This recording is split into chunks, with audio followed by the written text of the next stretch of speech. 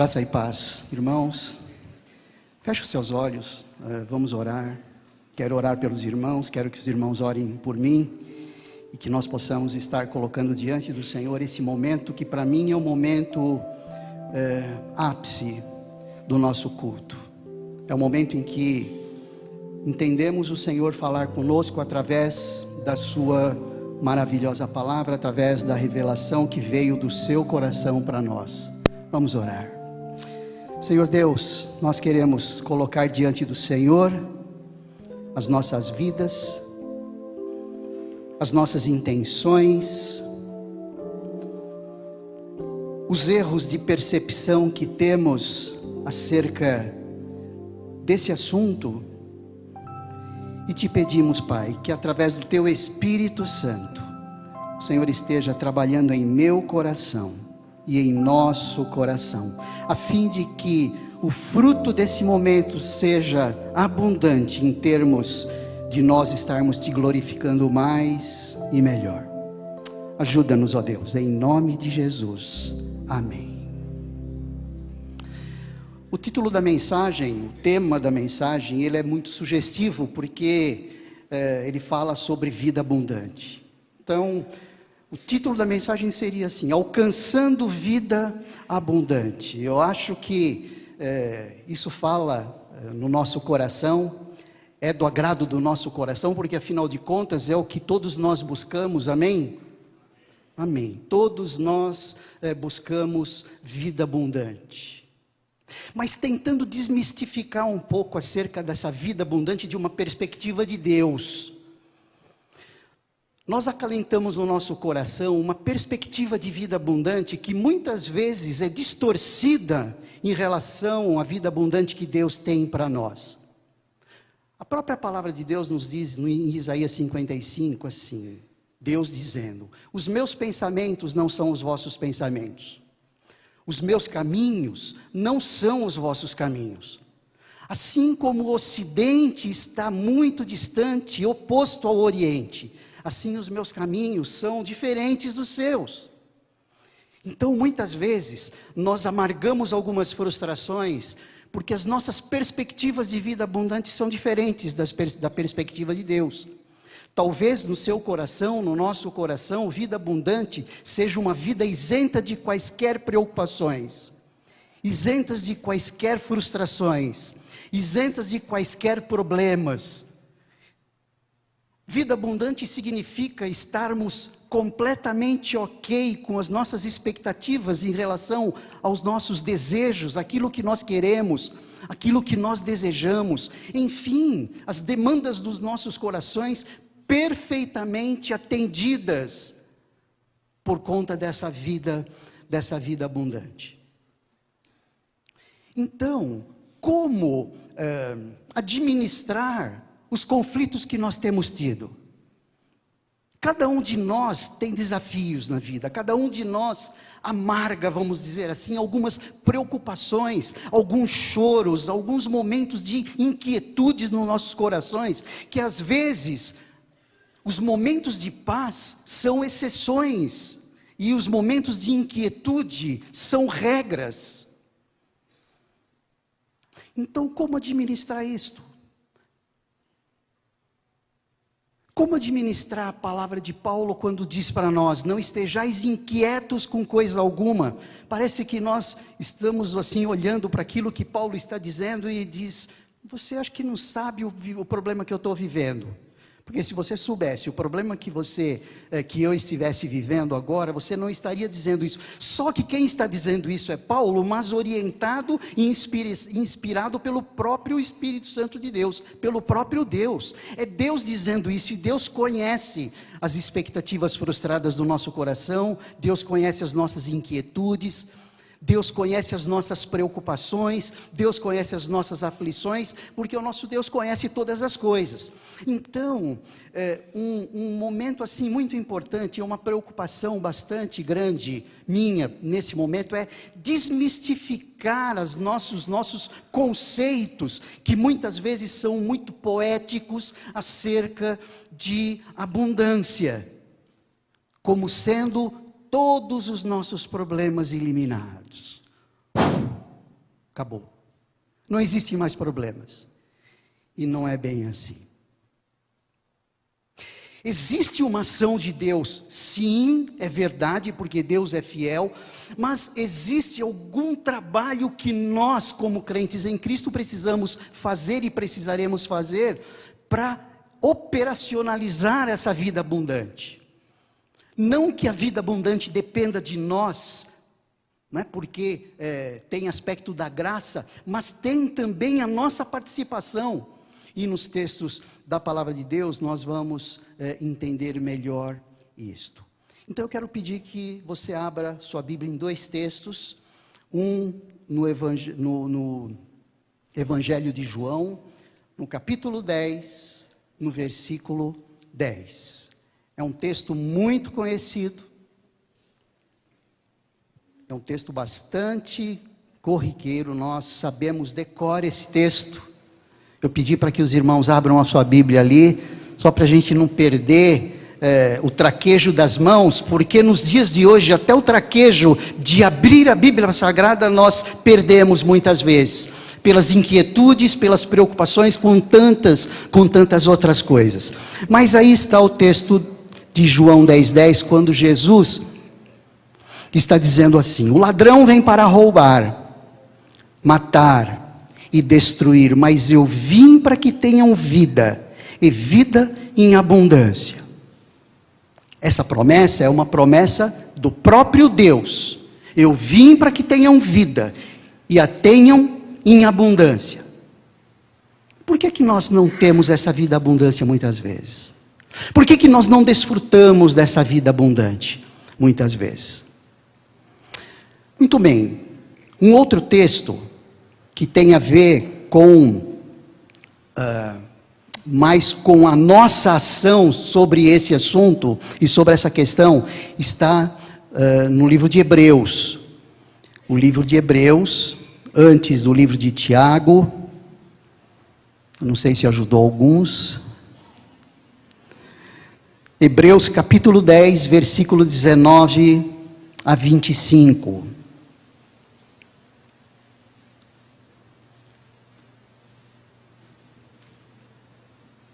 Hebreus capítulo 10, versículo 19 a 25. Ali em João 10:10, o ladrão vem para roubar, matar e destruir, mas eu vim para que tenham vida, e vida em abundância. E Jesus é eficaz, porque Ele é o próprio Deus. O texto diz assim: portanto, irmãos, temos plena confiança para entrar no Santíssimo Lugar, ou no lugar santíssimo, pelo sangue de Jesus, por um novo e vivo caminho, que Ele nos abriu por meio do véu, isto é, do seu corpo. Temos, pois, um grande sacerdote sobre a casa de Deus. Sendo assim, aproximemo-nos de Deus com um coração sincero e com plena convicção de fé, tendo os corações aspergidos para nos purificar de uma consciência culpada, e tendo os nossos corpos lavados com água pura. Apeguemo-nos com firmeza à esperança que professamos, pois aquele que prometeu é fiel, e consideremos uns aos outros, para nos incentivarmos ao amor e às boas obras. Não deixemos de reunir-nos como igreja, segundo o costume de alguns, mas procuremos encorajar-nos uns aos outros, ainda mais quando vocês veem que se aproxima o dia. Então nós alcançamos da parte de Deus vida abundante. O próprio Jesus disse que Ele veio para isso. Ele veio para nos dar a salvação, Ele nos veio para, juntamente com a salvação, que é, vamos dizer assim, essa perspectiva de eternidade, nós sabemos que a morte não é um fim, nós sabemos o que vai acontecer depois da nossa morte, nós sabemos para onde nós vamos, nos braços de quem nós iremos estar. Nós sabemos que vamos desfrutar de todas as delícias e as benesses, os benefícios de Deus, que Deus tem reservado para nós, e isso foi conquista da cruz, a despeito de mim, a despeito de você, não dependeu nem de mim, nem dependeu de você, graça, pura graça, conquista ali na cruz. Então, é uma verdade absoluta, ele veio para nos dar vida, e vida em abundância. E isso tem qualidade também absoluta. E a palavra é absoluta, é verdade, e a qualidade também é absoluta. Olhando para o Salmo 23, os irmãos conhecem o Salmo 23? Quem não conhece o Salmo 23, não é mesmo? Nós temos ali 10 elementos de vida abundante. E muitas vezes o Salmo 23 nós recitamos de maneira tão mecânica. Então ele diz ali: o Senhor é meu pastor, de nada terei falta. Pastos em verdes pastagens me faz repousar. Ou seja, abundância, pastos verdejantes, sem necessidade alguma. As necessidades que uma ovelha tem, ela encontra nos pastos verdejantes. As necessidades que nós temos, todas elas, nós encontramos em pastos verdejantes, de uma perspectiva espiritual. E isso já foi conquistado na cruz, e isso já foi conquistado por Jesus. Então essa abundância, águas tranquilas, vida sem tumulto. Estranho, parece que nós estamos entendendo de maneira errada aquilo que Deus tem prometido para nós, quando muitas vezes a nossa vida é tão tumultuada. Mas a promessa de Deus está aí. Se ela está tumultuada, não é por causa da ineficácia da promessa, e muito mais da ineficácia de quem, para quem essa promessa foi direcionada, foi delegada. Então ele diz que em pastos verdejantes me faz repousar e me conduz a águas tranquilas. Restaura-me o vigor, alma renovada, vigor físico, ânimo de vida. Guia-me nas veredas da justiça por amor do seu nome, caminhos direcionados. Promessa de Deus. Mesmo quando eu andar por um vale de trevas e morte, não temerei perigo algum, pois tu estás comigo. Então proteção em tempos difíceis. Esse texto, esse Salmo 23, na realidade nós precisaremos tirar da nossa boca, quer dizer, não só fazer sair da nossa boca, mas também acolhê-lo no nosso coração, no dia a dia. Não temerei perigo algum, pois tu estás comigo, e a tua vara e o teu cajado me protegem. Certeza da presença de Deus sempre. Preparas um banquete para mim, à vista dos meus inimigos, reconhecimento diante dos homens. Os homens sempre vão reconhecer quem somos, por mais que eles nos hostilizem, mas eles sempre vão reconhecer que nós somos servos do Deus Altíssimo. Promessa dele. Da mesma forma como Jesus foi hostilizado, mas ele foi reconhecido como algo diferente, alguém diferente. Nem sempre foi reconhecido como Deus, a não ser por aqueles que tiveram uma experiência íntima com ele. E aí depois continua: ungindo a minha cabeça com óleo, unção sobre a vida cristã, capacitação, e fazendo transbordar o meu cálice. Sei que a bondade e a fidelidade me acompanharão todos os dias da minha vida, alvo do amor e das misericórdias de Deus. Esse é o significado desse versículo. E voltarei à casa do Senhor enquanto eu viver. Certeza de eternidade. Então, não só a promessa de Jesus, dizendo: eu vim para que vocês tenham vida, e vida abundante. Nós temos ali no Antigo Testamento, o próprio Salmo 23, dizendo para nós quem é o sumo pastor. Quem é esse Deus maravilhoso, que nos promete essa vida abundante. No segundo texto que nós lemos ali em Hebreus, nós vemos um outro aspecto da ação de Deus sobre essa vida abundante. Na realidade, é nesse texto que nós vamos trabalhar mais, porque é esse texto que fala para nós qual é o nosso papel nesse panorama todo. A não ser ainda esses versículos 19 a 21. que foram esses 3 primeiros versículos, do versículo 19 ao versículo 25, quando ele diz assim: portanto, irmãos, temos plena confiança para entrar no lugar santíssimo, pelo sangue de Jesus, por um novo e vivo caminho, que ele nos abriu por meio do véu, isto é, do seu corpo. Temos, pois, um grande sacerdote sobre a casa de Deus. Esse texto está nos dizendo que o acesso a Deus, que nós temos hoje, que em nome de Jesus nós podemos falar diretamente com Deus. Aliás, é por isso que no final das nossas orações, nós dizemos assim, em nome de Jesus. Por quê? Porque nós só estamos podendo conversar com Jesus, com Deus, porque é em nome de Cristo que falamos com Deus. Isso tem a ver com esse texto.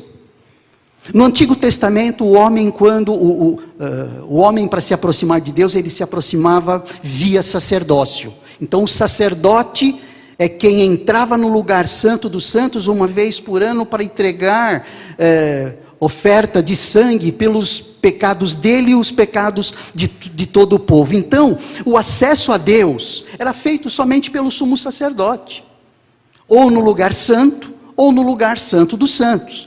Só que quando Jesus morreu, naquele momento a palavra de Deus nos diz que o véu se rasgou de cima a baixo. E o próprio Jesus é o véu de acesso ao lugar santíssimo. Então ele está dizendo assim, temos plena confiança para entrar, ou seja, nós podemos entrar no lugar santíssimo, pelo sangue de Jesus, por um novo e vivo caminho. O caminho não é mais o sacerdote. Não existe mais intermediário para conversarmos com Deus. Não existe mais intermediário para recebermos as bênçãos. Não existe mais intermediário para trazer para nós as benesses, os benefícios, a vida abundante.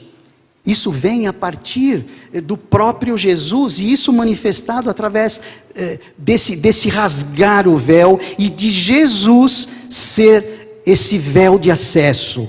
Por isso que o texto diz, temos plena confiança, eu e você, temos plena confiança para entrar no lugar santíssimo, pelo sangue de Jesus, por um novo e vivo caminho. Também não dependeu de nós. Agora, o que depende de nós? Depende de nós o que vem sendo dito aí do versículo 22 ao versículo 25. Deus sempre faz a sua parte. Nós precisamos fazer a nossa parte. Então, olhando para esse texto do versículo 22 a 25, nós somos ensinados, irmãos, atenção, a desenvolver 4 atitudes que nos ajudarão nesse intento de obter a vida abundante. Então, essa vida abundante vai depender também de nós estarmos trabalhando ativamente,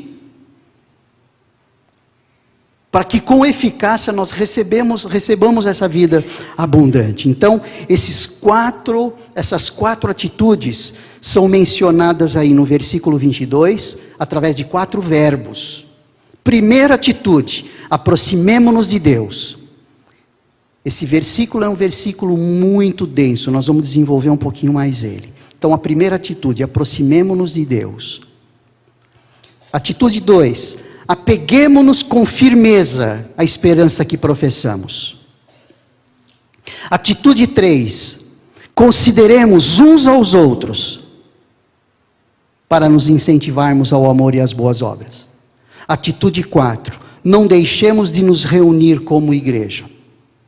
As 4 atitudes, lembram bem? Olhando para o texto, apeguemo-nos a Deus, aproximemo-nos de Deus primeiro, apeguemo-nos com firmeza à esperança que professamos, consideremos uns aos outros, não deixemos de nos reunir como igreja. São 4 atitudes. 2 delas têm a ver com a minha e a sua vida pessoal com Deus. E 2 delas têm a ver com o trabalho conjunto. Consideremos uns aos outros. Esse trabalho conjunto é marcado por essa expressão, uns aos outros, muito usada no Novo Testamento. E não deixemos de nos reunir como igreja. Então, são aí 4 atitudes que nós precisamos desenvolver Deus faz a sua parte. Jesus já morreu para nos dar vida abundante, Ele prometeu isso. Agora, nós precisamos desenvolver essas 4 atitudes. Não é só tomar uma atitude passiva, de ficar esperando dos céus as coisas acontecerem. Termos vida abundante, não, nós precisamos estar suando a camisa para isso. Isso não é legalismo, isso é participação. Da mesma maneira como nós precisamos ser santos, para estarmos mais íntimos com Deus. Se nós não nos aplicarmos à santidade, nós estaremos nos afastando de Deus. Da mesma forma, então, essas 4 atitudes aí são atitudes importantes para nós considerarmos essa noite. Esse texto do versículo 22 é extremamente denso, porque quando ele diz, sendo assim, aproximemo-nos de Deus, e ele fala como isso, como assim? Talvez seja essa uma pergunta que você esteja fazendo no seu coração, como aproximar-se de Deus, já que eu sou carne, eu sou corpo e Deus é espírito. E aí o texto da palavra de Deus nos ensina, aproximemo-nos de Deus com um coração sincero, com um coração justificado, com o coração inclinado à obediência. Um coração inclinado à obediência significa um coração contrito, um coração que se entristece quando erra o alvo, que se entristece quando peca. Esse é um coração sincero, porque pecar nós pecamos, irmãos. Nós não somos sem pecado. Aliás, se dissermos que nós não tivermos pecado, nós somos mentirosos, e João já nos ensina isso na sua primeira carta. Versículo 8 e 9, versículo 8 especialmente. Então, esse coração inclinado, sabe, essa inclinação à obediência, essa pessoa piedosa, não uma pessoa que tem dó, mas uma pessoa que se preocupa sempre em se voltar às coisas de Deus, que se preocupa sempre em estar sempre fazendo a vontade de Deus, uma pessoa sempre preocupada em estar em sintonia com Deus, porque nem sempre o que Deus pega é aquilo que nós fazemos, o que Deus pega é aquilo que nós desejamos fazer. Isso sim, isso vale para Deus, porque Ele sabe que nós somos pecadores e nós não vamos nunca atingir as expectativas dEle. Agora, Ele conhece o nosso coração, Ele sabe o quanto nós ficamos entristecidos quando não conseguimos. Um coração não dividido entre eu e Deus, entre satisfazer a mim ou satisfazer a Deus, isso é um coração sincero. É dessa maneira como o autor de Hebreus diz, para nos aproximarmos de Deus com um coração sincero, com um coração não dividido, com um coração inclinado à obediência.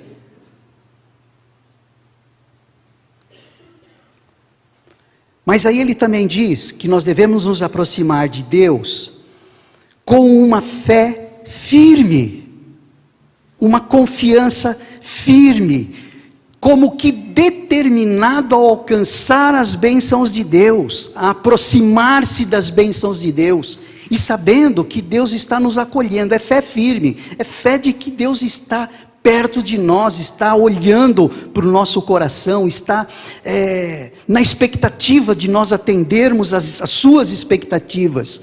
É um firme propósito de nos deixar transformar, de nos deixar amoldar por Ele, não pelo mundo, nos deixar levar por aquilo que Deus quer para nós, e não por aquilo que o mundo deseja para nós.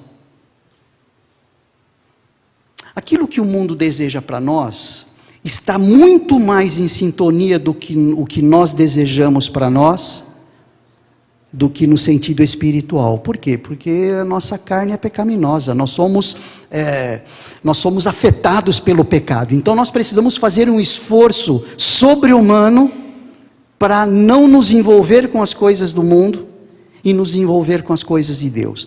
Nós precisamos fazer um esforço sobre-humano, para nos manter com o coração sincero. Nós precisamos fazer um esforço sobre-humano para manter a nossa fé firme, determinada a alcançar e aproximar-se das bênçãos de Deus, e a não se conformar com o mundo.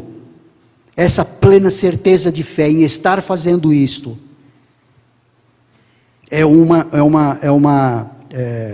como nos aproximar de Deus, é um como aproximarmos-nos de Deus. Mas aí, o autor de Hebreus diz também que nós devemos nos aproximar dele com consciência limpa.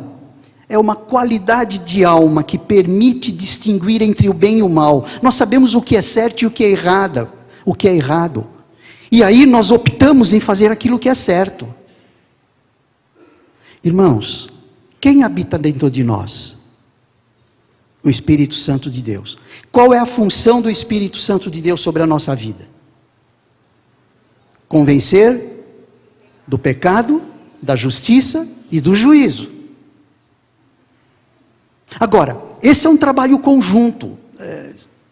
Não é que o Espírito Santo não é capaz, mas é que é um trabalho junto conosco. Nós precisamos desejar isto. Então, essa qualidade de alma, essa consciência limpa que nos permite distinguir entre o bem e o mal, também nos permite dizer sim para o bem e não para o mal. E nós sabemos o que é certo e o que é errado. Naturalmente, o homem sem Deus, ele já sabe o que é certo e o que é errado. Quanto mais o homem crente em Cristo que tem o Espírito Santo habitando em seu coração. Então, é assim que nós nos aproximamos de Deus. O autor está nos explicando aí, o autor de Hebreus está nos explicando aí. E aí ele diz também que nós devemos nos aproximar de Deus, nos achegar a Deus, com o corpo lavado com água pura. Isso tem a ver com purificação moral, com purificação de vícios. 2 textos importantes para nós considerarmos aí. Um é o de João 2, versículo 15 a 17, que diz assim: não amem o mundo, não se adequem ao mundo, nem o que nele há. Se alguém ama o mundo, o amor do Pai não está nele. Pois tudo o que há no mundo, a cobiça da carne, o desejo intenso da carne, essa ideia, não está nele. A cobiça dos olhos, a ostentação de bens, não provém do Pai, mas do mundo. O mundo e a sua cobiça passam, mas aquele que faz a vontade de Deus permanece para sempre. Esse é um texto fortíssimo para nós considerarmos sobre como nos aproximar de Deus. Sugestão, irmãos, gravem aí na sua mente, 1 João 2, 15 a 17, e 1 Pedro 1, 13 a 19, coloque isso num papel, digitem, imprimam isso e coloquem na sua carteira, coloquem no criado mudo da casa, coloque na sua escrivaninha, no escritório. Nós precisamos estar em contato com essa palavra, porque a Bíblia fala que a fé vem pelo ouvir, e ouvir da palavra de Deus. Então, esse contato visual, racional, espiritual dessa palavra, é que vai nos ajudar a nos aproximar de Deus, a nos achegar mais a Deus. E o texto, esse texto aí é bastante forte. Tem um outro texto de 1 Tessalonicenses, mas que vai nessa mesma direção. Nós vamos passar esse texto. Então, isso é o que significa nos achegar. Isso é o que significa aproximarmos-nos de Deus. E aí no versículo 23, ele coloca uma outra atitude. A atitude de apegarmos-nos a Deus, de guardarmos firmemente a esperança da fé, o que está no versículo 23, apeguemo-nos com firmeza à esperança que professamos, reter de maneira firme, inabalável, essa esperança de fé. Esperança de fé, sabe o que significa? Muitas vezes nós lemos e nós não conseguimos entender com profundidade o significado dessas palavras, não é? Ou dessas sentenças. Esperança de fé é uma forte expectativa em torno dos benefícios que Deus preparou. Forte expectativa em torno dos benefícios que Deus preparou. Os irmãos perceberam por que muitas vezes nós não temos abundância de vida? Porque nós ficamos divididos entre as fortes expectativas dos benefícios do mundo. Os benefícios do mundo, ou que o mundo promete para nós, são mirabolantes, são grandes, e eles atendem expectativas do nosso coração. No entanto, essa esperança da fé é uma forte expectativa dos benefícios que Deus preparou. É como se eu estivesse dizendo assim: eu rejeito toda essa forte expectativa que eu tenho acerca das coisas do mundo. Quer seja profissão, quer seja intenções a respeito dos planos pessoais. Sabe, às vezes as pessoas cometem muitos deslizes por conta dos desejos intensos do coração, ou seja, as expectativas que ele tem do mundo, dos benefícios do mundo, são tão intensas, são tão fortes, que ele perde a dimensão dessa forte expectativa dos benefícios de Deus. Os benefícios de Deus acabam ficando inexpressivos, perto dos benefícios que o mundo proporciona. Por isso é que nós nos frustramos grande parte das vezes. Então, guardemos, apeguemos-nos, retenhamos inabalável isso, não abramos mão disso, não é? Conhece a história de Esaú? Não conhece? A história de Esaú e Jacó? Lembram lá no Antigo Testamento? Não é marca disto? Qual era a expectativa, a forte expectativa de Jacó? Eram as coisas espirituais, não era? Não eram as coisas espirituais? E qual era a forte expectativa de Esaú? Eram as expectativas que ele tinha acerca das coisas do mundo. Ele queria mais o prato de lentilha. E ele abriu mão das expectativas dos benefícios espirituais. Ele abriu mão dos benefícios espirituais. Para que eu vou precisar da minha primogenitura? Eu quero comer um belo prato de lentilhas aqui. Então, muitas vezes, nós somos como Esaú, atentando mais para os benefícios que o mundo proporciona para nós, do que os benefícios espirituais. E aí nós não vamos ter vida abundante mesmo. Esquece. Vida frustrada, muitas vezes. Não só, tem outros casos aqui também, não é? Mas Salomão foi um deles, não é? Mas vamos em frente. Tem uma outra atitude que o autor de Hebreus considera aqui. Consideremos uns aos outros. Nós vivemos uma cultura onde o eu tem proeminência sobre o todo. O eu é mais importante do que tudo. Às vezes o eu é mais importante até do que aqueles que nos são mais caros. Às vezes, filhos até.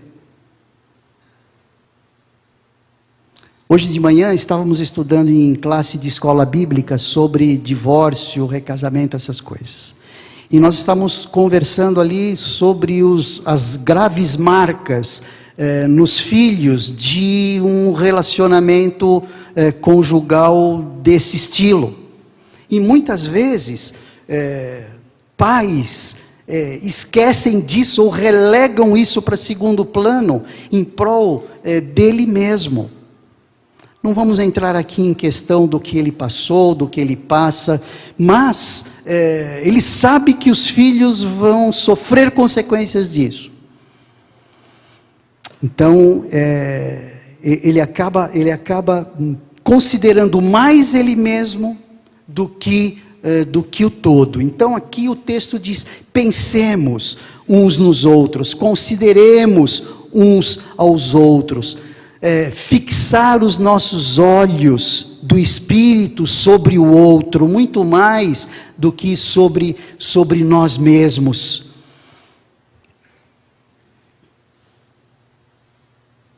Existe uma palavra aqui no original que ela é muito forte para a gente levar em consideração aqui. A palavra usada para considerar, para pensar aqui, é katanoewe. Essa palavra é uma palavra tão forte que foi usada no próprio autor de Hebreus em relação a Jesus, quando ele diz assim, fixar os pensamentos em Jesus. Olha, vocês devem fixar os pensamentos em Jesus. Ok, a gente até entende, né, fixar os pensamentos em Jesus, porque Jesus é o próprio Deus, é o nosso próprio Salvador. Mas ele está usando essa mesma palavra para que nós façamos isso uns em relação aos outros. Ou seja, da mesma forma como nós atentamos, fixamos os nossos olhos espirituais em Jesus, façamos também em relação ao outro. Então, é o amor consistindo em grande interesse pelo outro. Isso é um desafio para nós, amém? Não é um desafio para nós? Isso. Parece que nós precisamos remar contra a corrente aí, para considerar esse aspecto. Tem até uma expressão de um comentarista bíblico que diz assim, o amor consiste em um grande interesse pelos outros, tal como nos interessamos por nós mesmos. Consiste em visar o bem alheio, tal como nos esforçamos em favor do nosso próprio bem. Então, esse pensar também tem a ideia de ajudarmos uns aos outros, estimularmos e nos incentivarmos a ajudar uns aos outros. Tem uma palavra aqui para ajuda, no original também, que vai nos ajudar a entender o significado disso. É uma palavra chamada, só para a gente gravar isso, tem efeito até pedagógico isso, paroxismos, é uma palavra que foi usada pela briga que existia entre Paulo e Barnabé, essa força explosiva que fez com que houvesse uma briga entre Paulo e Barnabé e eles se separassem. Essa mesma palavra é uma palavra usada aqui para essa ajuda. Esse estimularmos, incentivarmos de uns em relação aos outros. Ou seja, a mesma força explosiva que fez com que houvesse dissensão entre Paulo e Barnabé, deve ser essa força para nos estimular uns aos outros, de ajuda uns aos outros. Percebe? São as mesmas palavras para mostrar o quê? Que uma força explosiva que separou dois, é a mesma força explosiva que deve unir dois ou mais. São algumas peculiaridades da palavra de Deus que precisam ser consideradas por nós. Porque muitas vezes ajudarmos uns aos outros, estimularmos uns aos outros, parecem palavras que não ganham profundidade. Então, por isso, essa ideia de nós estarmos fazendo estas comparações aí. Então, pensar, considerar uns aos outros, ajudarmos, estimularmos, incentivarmos a ajuda uns aos outros de maneira potente, de maneira forte, de maneira explosiva até. Então, essa é uma outra atitude que precisamos ter, se quisermos ter vida abundante. Já perceberam como nós ficamos com um grau de satisfação alto quando nós ajudamos alguém? Já experimentaram isso? Amém? Os irmãos estão comigo ainda, né? Que bom. Então é essa ideia mesmo, né? Qualidade de vida, né? Vida em abundância. E para concluir aqui, a quarta atitude. É incrível como a palavra de Deus é contemporânea.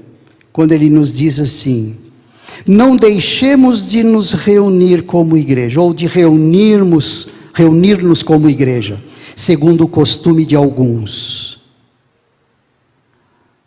Isso não acontece só hoje. A falta de unidade, de união, vamos dizer assim, na igreja, isso já era algo da igreja primitiva. E nós vivemos isso hoje, talvez um pouco mais, não é? Pela grande mobilidade que as pessoas têm de estarem indo em vários lugares, em outras igrejas, em não considerar de maneira digna ou condigna o estarmos juntos, não é? Parece que nos tempos idos, nos tempos antigos, existia muito mais essa unidade, essa união na igreja. As pessoas estavam mais na igreja, e alguns dizem assim: igreja, mas para que igreja? Eu posso cultuar Deus na minha casa. E principalmente com a internet hoje, estamos sendo assistidos via internet hoje. Então muitas pessoas estão nos ouvindo, estão cultuando a Deus conosco via internet, não é? Mas talvez, por motivo lícito, estão muito longe e não podem estar aqui, talvez estejam doentes e não podem estar aqui, aí até que nós conseguimos entender bem. Mas isto, irmãos, não tem preço essa união. O Marcos estava dizendo isso no início, do primeiro período de louvor. Isso tem um valor extraordinário. Nós não conseguimos mensurar o valor do toque, o valor do olho no olho, o valor do abraço. E o autor de Hebreus, que alguns dizem que é o apóstolo Paulo, né? Existe uma discussão muito forte em relação a isso, porque o autor de Hebreus não está claro, mas alguns dizem que é o apóstolo Paulo. Eu também não estou dizendo que é o apóstolo Paulo aqui. O autor de Hebreus diz ali nessa quarta atitude: não deixemos de nos reunir como igreja, porque é como igreja que nós nos alimentamos, é como igreja que nós participamos, que nós nos animamos, que nós compartilhamos necessidades. Ninguém é uma ilha em si. Todos nós precisamos uns dos outros. Aquela frase, não é, tão famosa em Boas Novas: pessoas precisam de Deus, mas pessoas precisam de pessoas. Nós precisamos do toque no olhar, do toque físico um do outro, das orações uns dos outros. Nós precisamos disso. Um corpo não pode ter os seus membros desagregados uns dos outros. Eu não posso conceber parte de mim longe de mim. Cada parte dos meus membros, eles fazem sentido quando estão juntos. E trabalhando junto, cada um com a sua função. No caso aqui, essa palavra, ela não é corretiva, ela é instrutiva só, porque nós estamos juntos, nós estamos como igreja. Mas isso é para que nós não deixemos nunca de nos reunir como igreja. Russell Champlin disse que negligenciar as reuniões é o primeiro passo visível na direção da apostasia. Por isso que pessoas, quando perdem o contato com a igreja, rapidamente acabam perdendo o contato com a fé. Pessoas que perdem o contato com a igreja acabam se distanciando, acabam se esfriando, que é o que significa apostasia, esfriamento de fé. Eu gosto sempre de mencionar talvez eu já tenha mencionado aqui, algo que nós já vimos. Quem assistiu Gladiador? Já.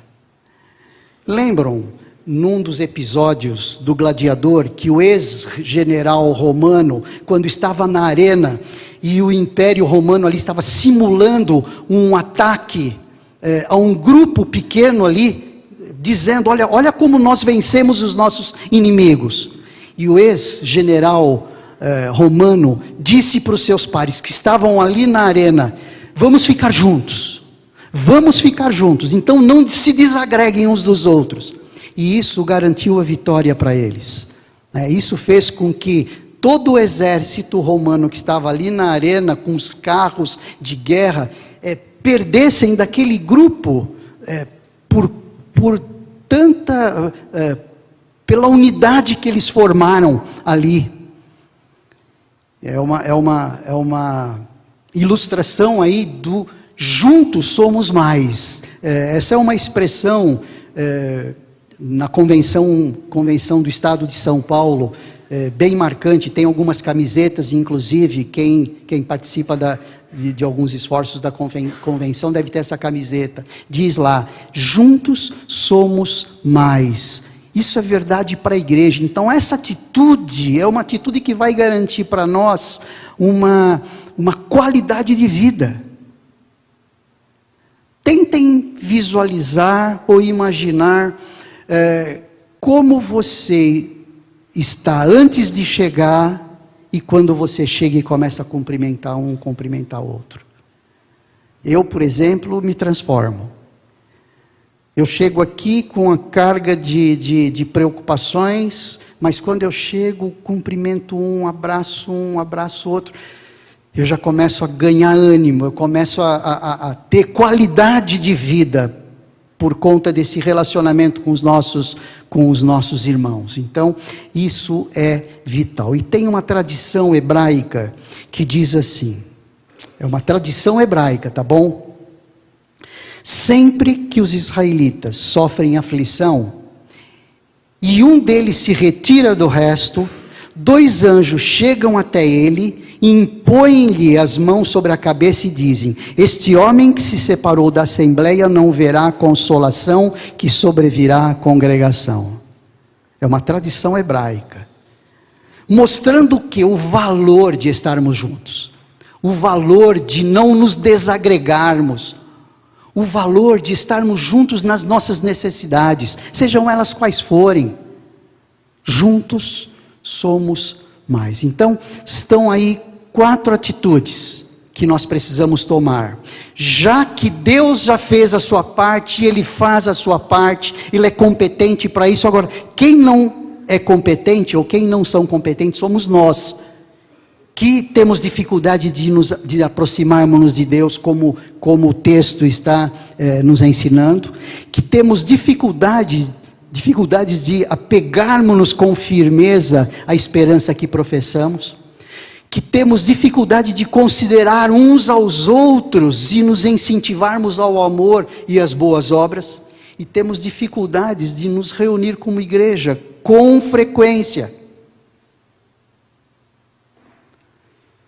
Importante estarmos aqui quarta-feira, importante estarmos aqui domingo cedo, estudando a palavra de Deus na escola bíblica, cultuando a Deus, cantando louvores, ouvindo mensagem como ouvimos hoje de manhã, vindo para cá no final da tarde, no começo da noite, da mesma forma cantando louvores, orando pelos nossos irmãos como já fizemos, orando pelo Ronaldo Neres, orando pelo Luiz Garrido. Pessoas que estão vivendo desafios hoje que talvez nós, em algum momento ali na frente, iremos viver. E como vai ser importante o relacionamento, um contato nosso, um orar nosso, um telefonema nosso, uma visita nossa. Estou orando por você, uma ligação nossa. Nós estamos bem hoje, louvado seja Deus, graças a Deus que nós estamos bem, mas nós não sabemos como estaremos daqui a algum tempo.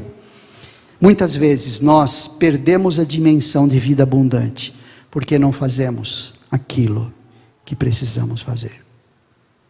Que nós possamos, claro, com a ajuda de Deus, e claro, Deus vai nos ajudar, porque Ele é misericordioso e amoroso e gracioso, mas nós precisamos fazer a nossa parte. Não vamos ficar aí esperando que Deus venha com um passe de mágica e faça aquilo que nós podemos fazer. Quando aquele missionário, há uns 2 domingos atrás, contou uma das experiências, que eles estavam no meio do rio Amazonas, e o motor parou, E aí ele pediu a Deus: Senhor, vem em nosso socorro. Ele disse que a oração dele foi tão forte, que ele perguntou assim para a congregação: sabem o que aconteceu? Qual foi a resposta dele? Nada. Sabe por quê? Porque ele tinha ali a corda do violão, que podia ser usado como esticador ali do acelerador da lancha. Então aquilo que nós podemos fazer, Deus não vai fazer. Então é de competência nossa, nós trabalharmos estas 4 atitudes. Que o Senhor nos ajude a trabalharmos essas 4 atitudes na nossa vida. Feche os seus olhos, vamos orar.